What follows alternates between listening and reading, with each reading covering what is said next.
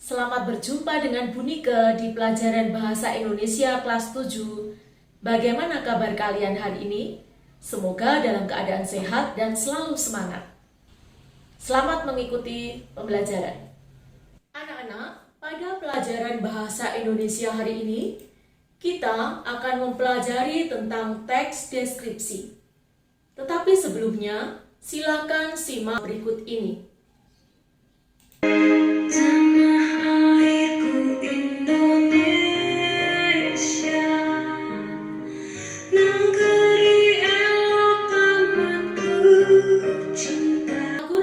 Pulau Kelapa karya Ismail Marzuki termasuk salah satu contoh deskripsi karena pada lagu tersebut menggambarkan atau melukiskan keindahan alam Indonesia secara konkret. Di dalam penggambarannya, lagu tersebut turut melibatkan kesan indera, antara lain menggunakan kesan indera penglihatan terlihat dalam lirik Negeri Elok Amat Kucinta. Kata elok merujuk pada kata indah. Sebuah keindahan hanya bisa kita nikmati melalui indera penglihatan. Lirik kedua yaitu Pulau Kelapa yang amat subur. Pada lirik ini juga melibatkan kesan indera penglihatan. Lirik ketiga melambai-lambai nyiur di pantai. Kita seakan-akan melihat daun yang melambai-lambai. Lirik keempat, memuja pulau nan indah permai. Kita seakan-akan melihat sebuah pulau yang sangat indah.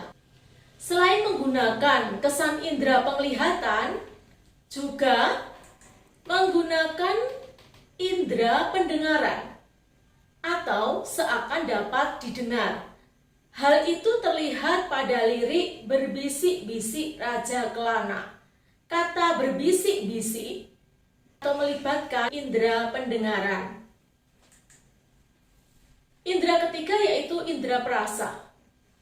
Di lirik Tanah Airku Aman dan Makmur merujuk pada perasaan. Nah anak-anak, dengan demikian apa sebetulnya pengertian teks deskripsi?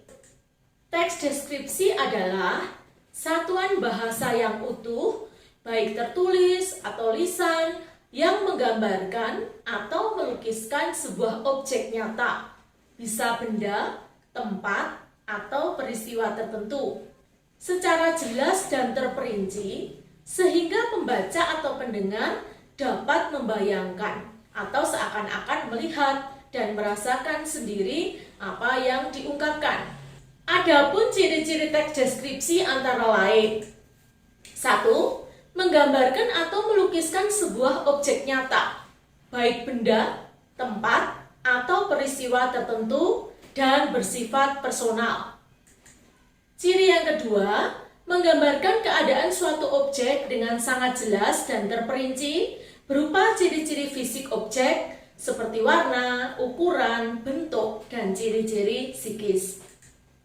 Ciri yang ketiga, penggambaran turut melibatkan kesan indera, indera penglihatan atau seakan dapat dilihat, indera pendengaran atau seakan dapat didengar, dan indera perasa seakan dapat dirasakan. Ciri yang keempat, penggambaran bertujuan supaya pembaca atau pendengar dapat membayangkan atau seakan-akan merasakan, melihat, mengalami sendiri hal yang digambarkan.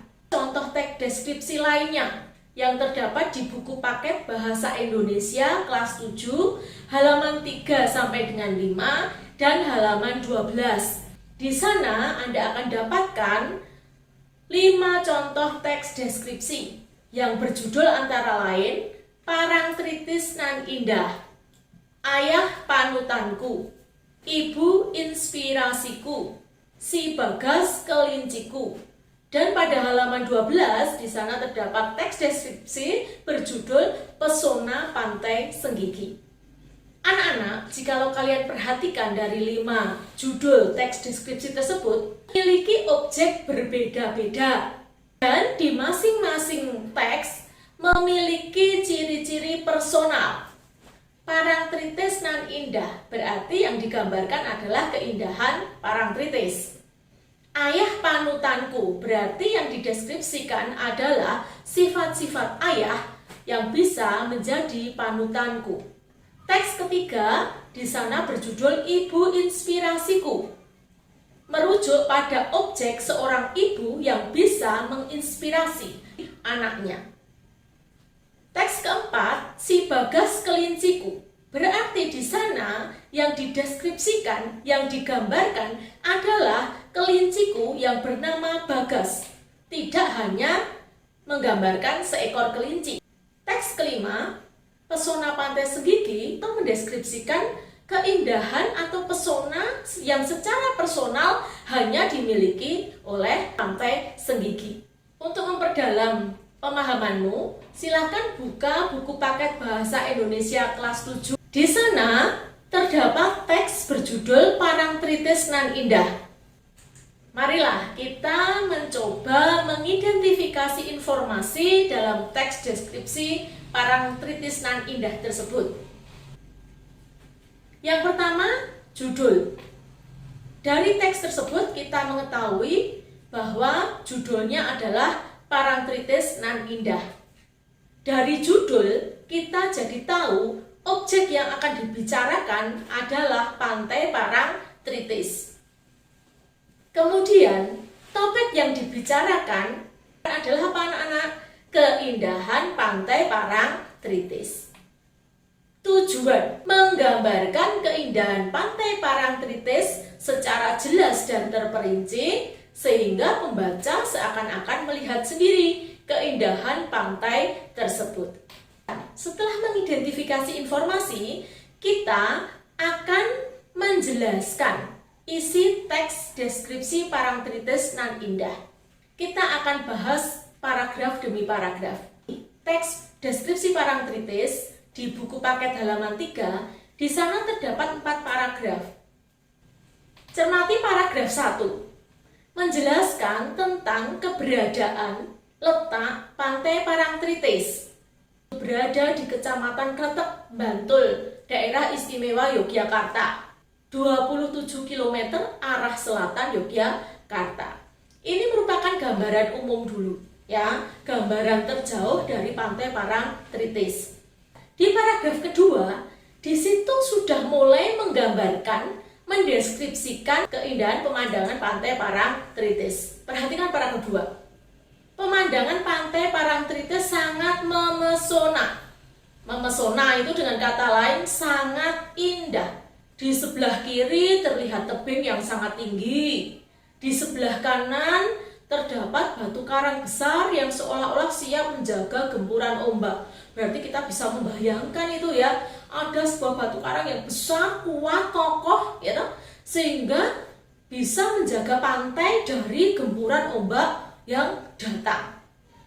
Selain itu, di sana juga digambarkan pantai yang bersih dengan buih-buih putih bergradasi abu-abu. Kita bisa membayangkan warna putih itu seperti apa, bergradasi abu-abu itu seperti apa, pantai yang bersih itu seperti apa. Dan kombinasi hijau sungguh elok. Kita bisa membayangkan warna hijau dikombinasikan dengan gradasi putih dan abu-abu dengan pantai yang sangat bersih. Tentu sangat indah. Sekarang cermati pada paragraf 3. Digambarkan, dideskripsikan keindahan Pantai Parangtritis di sore hari. Pantai Parangtritis ini sangat molek. Tahu arti molek? Berarti sangat cantik, sangat bagus, sangat indah. Keindahannya seperti apa? Digambarkan juga di sana. Ya, kita bisa melihat matahari terbenam. Terdapat semburat warna merah keemasan di langit. Kita bisa membayangkan ya langit yang keemasan, ya. Dengan kemilau air pantai yang tertimpa matahari sore. Selain itu juga berbaur dengan lembutnya hembusan angin sore. Kita bisa membayangkan lembutnya hembusan angin. Selain itu, di sana kita seakan tersihir ketika menyaksikan secara perlahan matahari itu seolah-olah masuk ke dalam hamparan air laut. Wah, sungguh indah bukan? Di paragraf 3 ini kita semakin dapat membayangkan kondisi, keadaan, keindahan Pantai Parangtritis di sore hari. Kita lanjutkan ya. Sekarang paragraf keempat, paragraf terakhir dalam teks tersebut. Di sana dideskripsikan atau digambarkan kondisi wisatawan di Pantai Parangtritis. Banyaknya wisatawan yang selalu mengunjungi Pantai Parangtritis membuat pantai ini tidak pernah sepi karena sangat digemari pengunjung. Nah anak-anak, itulah tadi pembelajaran Bahasa Indonesia kelas 7 hari ini tentang teks deskripsi. Mudah bukan? Belajar bahasa Indonesia? Ingat, bahasamu, bahasaku, bahasa Indonesia. Nah anak-anak, sekian pembelajaran hari ini. Sampai jumpa lagi di pembelajaran berikutnya. Terima kasih ya, tetap semangat dan selalu jaga kesehatan. Tuhan memberkati.